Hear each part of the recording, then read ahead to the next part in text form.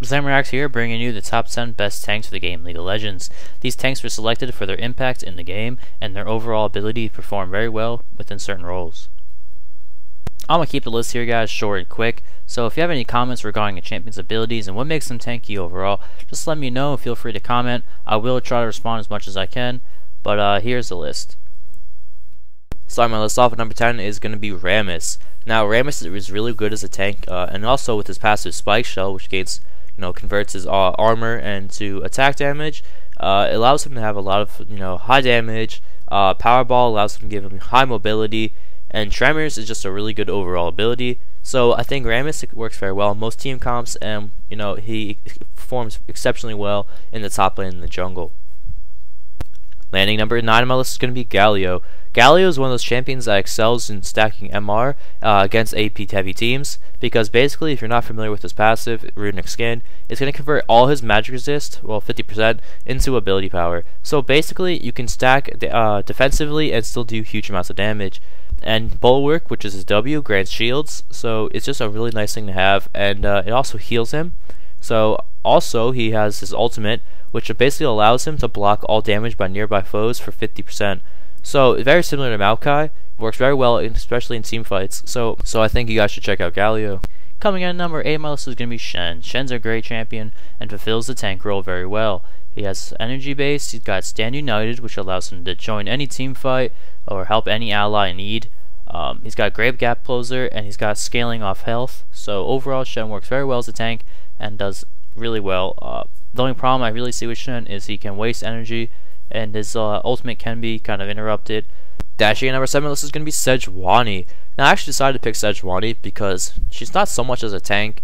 Her scaling's alright and everything, but the fact is that she can, with Arctic Assault, get up in people's faces, and Glacial Prison especially allows her to basically, really help in team fights, and she can show her true potential as a tank because she's going to be focused more often in these sort of situations. And guys, Sejuani has a really large character model and a large hitbox, so you're going to take more skill shots, you're going to get clicked on more often, and you're going to take more damage. So overall, in team fights, you are really fulfilling your role, and Sejuani isn't really considered to be like a super tank, and I don't understand why. For the fact is, you can do pretty much your job better than most people can in the League of Legends champion pool right now. So I think you guys should check out Sejuani, especially if you want a really good tank. The only downside of Sej is she's not working really well in the jungle this season. She is kind of strong, but really, other than from a tank, I don't know, it's kind of a little iffy. I'd definitely try her out in a free week if I was you guys, or get her on sale, but I really wouldn't suggest picking her up for the purpose of fulfilling another role, unless you feel comfortable that you can actually do it efficiently. Rolling in number 6 on my list is going to be Volibear. Now, Volibear is one of those great tanks. He's got that potential to get in and out of fights and disrupt the team as much as possible with Rolling Thunder. He's just really fun to play as well, and he works in top, jungle, and support position. So, I think you guys should check him out. And with Chosen Storms as his passive, where you can get 30% of your health back over 6 seconds when you drop below 30%.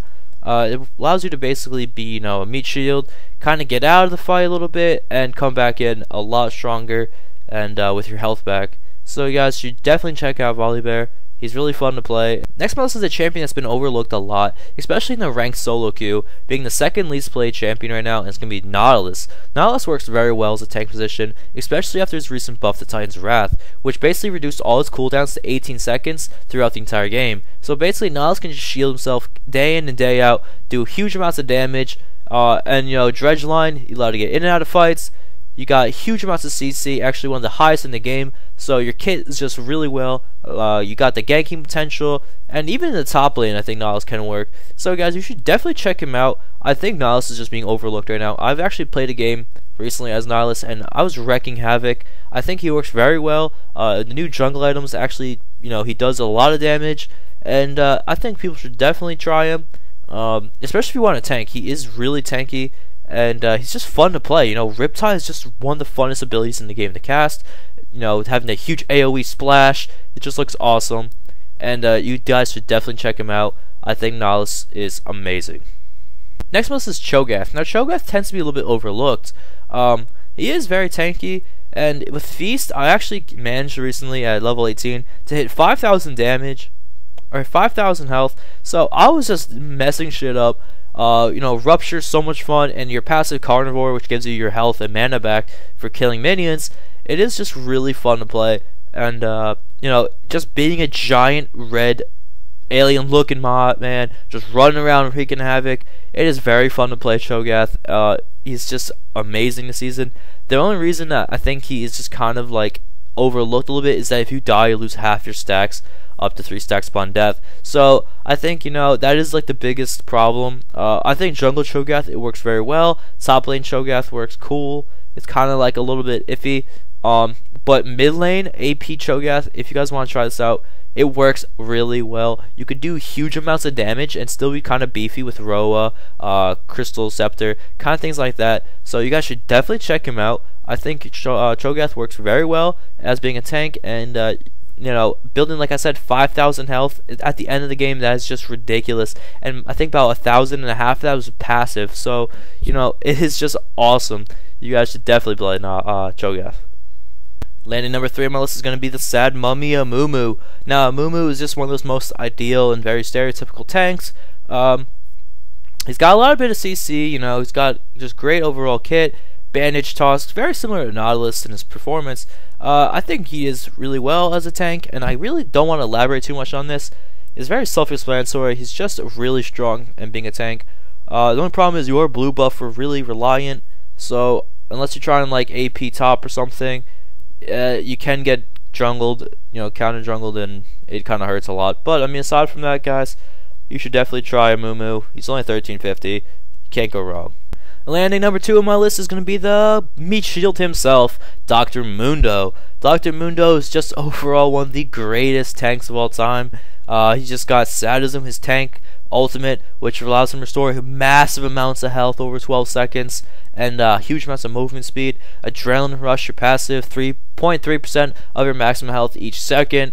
He's just really, really good right now in top lane, and just being a jungler. So I think he is like, honestly, if you want a tank, you can't go wrong here. Mundo is probably your best pick, but his offensive capabilities aren't really that high compared to most people on the list, and that's kind of why he didn't make number 1. I'm going to elaborate a little bit on that in the next one after this quick, short honorable mention.